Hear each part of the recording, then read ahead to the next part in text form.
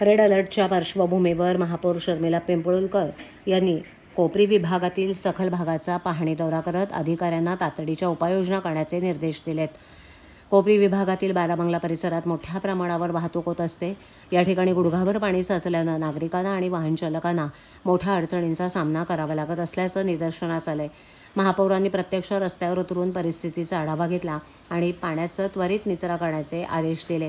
तसंच उघडे असलेले मॅनहोल तातडीनं झाकण्याच्या सूचनाही प्रशासनाला दिल्यात. त्यानंतर त्यांनी कोपरीतील शंकर मंदिरासमोरील रस्त्याची पाहणी केली. मुसळधार पावसामुळे अनेक चेंबर ओव्हरफ्लो झाल्याचं आढळून आलं. त्यामुळे चेंबर त्वरित स्वच्छ करून पाण्याचा प्रवाह सुरळीत करण्याचे आदेश त्यांनी दिलेत.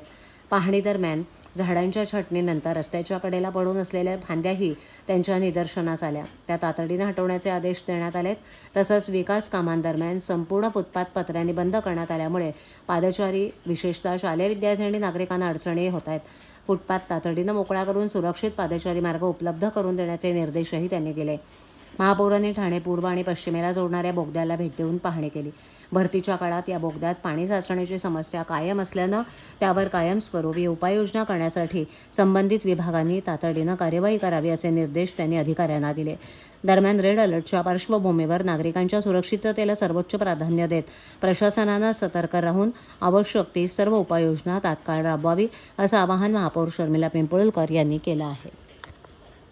सतत 3 दिवस 4 दिवस पाऊस चालूच आहे आणि आज प्रत्येक ठिकाणी ठाणे शहरामध्ये आपला पाहणी दौरा चालू आहे. आज कोपरी भागामध्ये पाहणी दौरा घेतलाय कारण बाराबंगला या परिसरामध्ये आणि महादेव मंदिर आणि सिडको या ठिकाणी जे सखल भागांमध्ये पाणी साचलं होतं त्यासाठी आपली सर्व अधिकारी टीम, सहाय्यक आयुक्त, आपले शिवसेने पक्षाचे सर्व महिला, आपले जयप्रकाश कोटवानी साहेब, आपण सर्वांसमेत आज हा दौरा घेतला आहे.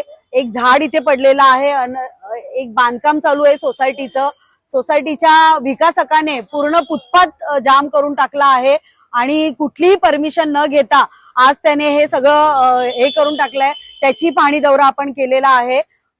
तसं कोपरीमध्ये बघायला गेलं तर कुठेच पाणी जास्त प्रमाणात भरत नाही आहे. जे उघडे चेंबर आहेत त्याची तपासणी केली, ज्याच्यावर झाकणं नाहीये ती बरोबर लावायला सांगितलेले आदेश दिलेले आहेत. आणि आज ठाणे शहरामध्ये जो काही किंवा महाराष्ट्रामध्ये जो काही पावसाचा तुम्हाला भर दिसतोय त्याच्यासाठी महाराष्ट्र राज्याचे उपमुख्यमंत्री एकनाथजी शिंदे साहेबही आपल्या सतत संपर्कात आहे. आज खासदार नरेशजी मस्के साहेब हेही माझ्या बरोबर आपत्कालीनला भेट दिली आणि ठाणे शहरात जिथे जिथे सकल भाग आहे, पाणी भरत आहे त्या ठिकाणी कशी व्यवस्था आहे, यंत्रणा व्यवस्थित चालू आहे की नाही हे व्यवस्थित बघितलं जात आहे.